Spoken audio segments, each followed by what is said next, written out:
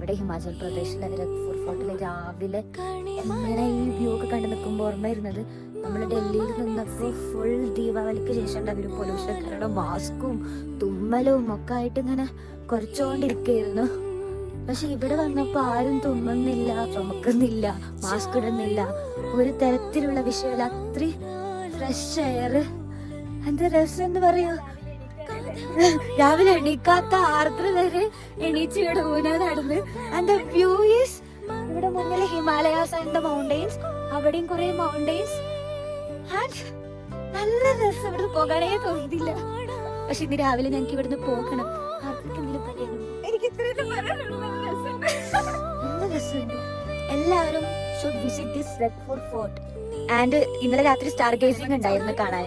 Star ഗേസിംഗും പിന്നെ സൺസെറ്റും പിന്നെ ഇന്ന് രാവിലത്തെ ഈ വ്യൂ അടിപൊളി.